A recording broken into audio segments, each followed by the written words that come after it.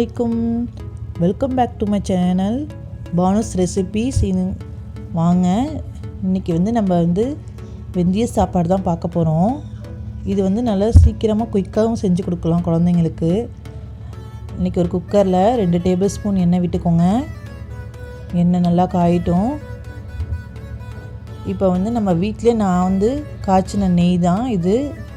அந்த நெய்யில் 1 டீஸ்பூன் நெய் சேர்த்துக்கிறேன். நெய் நல்லா உருகி வரட்டும்.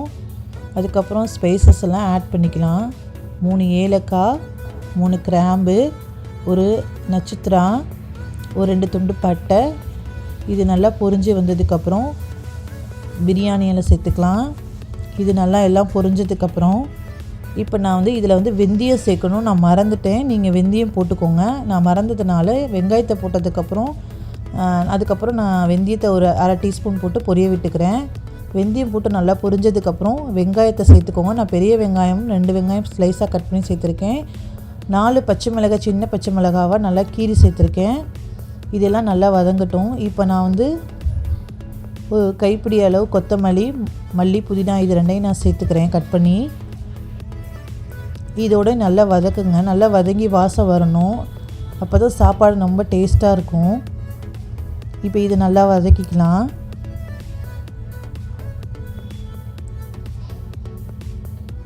நல்லா இந்த எண்ணெயோடு நல்லா வதங்கி வரணும். பாருங்கள், இந்த அளவுக்கு நல்லா வதங்கி வந்ததுக்கப்புறம் இப்போ நம்ம இஞ்சி பூண்டு பேஸ்ட்டு சேர்த்துக்கலாம். நான் இஞ்சி பூண்டு பேஸ்ட்டு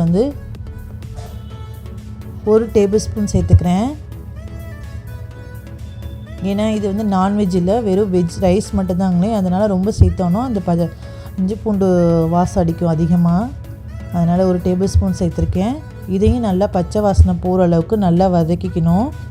இப்போ அரை டேபிள் ஸ்பூன் மஞ்சள்தூள் சேர்த்துக்கிறேன். இதையும் நல்லா அந்த எண்ணெயிலே நல்லா மிக்ஸ் பண்ணிக்கோங்க. இப்போ இந்த டம்ளரில் நான் 3 டம்ளர் ரைஸ் எடுத்திருக்கேன். அது அரை மணி நேரமாக ஊற வச்சுருக்கேன் நான். இப்போ அந்த 1 டம்ளர் ரைஸ்க்கு 2 டம்ளர் தண்ணி சேர்த்து அதோட எக்ஸ்ட்ரா 1 டம்ளர் தண்ணி சேர்த்துருக்கேன். இப்போ அந்த தண்ணியை ஊற்றிக்கலாம். இப்போ நமக்கு இந்த சாப்பாட்டுக்கு தேவையான அளவு உப்பு சேர்த்து இப்போ இந்த தண்ணி வடித்து இந்த ரைஸை இப்போ சேர்த்துக்க போகிறேன் குக்கரில். இதே மாதிரியே நான் எல்லா ரைஸையும் நான் சேர்த்துக்க போகிறேன். அப்போ குடிச்சு பார்த்துக்கோங்க. உப்பு பத்தலை அப்படின்னா நீங்கள் உப்பு சேர்த்து மிக்ஸ் பண்ணிக்கோங்க. இப்போ கலந்து விட்டுக்கலாம். இப்போ குக்கர் மூடி போட்டு விசில் போட்டு முடிக்கலாம். நான் 3 விசில் விட்டு நான் எடுத்துக்க போகிறேன். 3 விசில் ஏர் போனதுக்கப்புறம் எடுங்க. சாப்பாடு பாருங்கள், நீங்கள் திறக்கும் போதே நல்லா கமகமன்னு அந்த வெந்தய சாப்பாடோட வாசனை தூக்கும். இதுக்கு சைடிஷாக நீங்கள் அவரைக்காய் பொரியல், இல்லைன்னா உருளைக்கிழங்கு, இல்லைன்னா நான்வெஜ் சிக்கன் கிரேவி, சிக்கன் சுக்கா, அது மாதிரி எதாவது செஞ்சு சாப்பிட்டிங்கன்னா செம்ம டேஸ்ட்டாக இருக்கும். நிறைய பேர் என் வீடியோஸை பார்க்குறீங்க. ப்ளீஸ் சப்ஸ்கிரைப் பண்ணுங்கள், ஷேர் பண்ணுங்கள், பெல் ஐக்கானை கிளிக் பண்ணுங்கள். அப்போ தான் என் நோட்டிஃபிகேஷன் வரும்.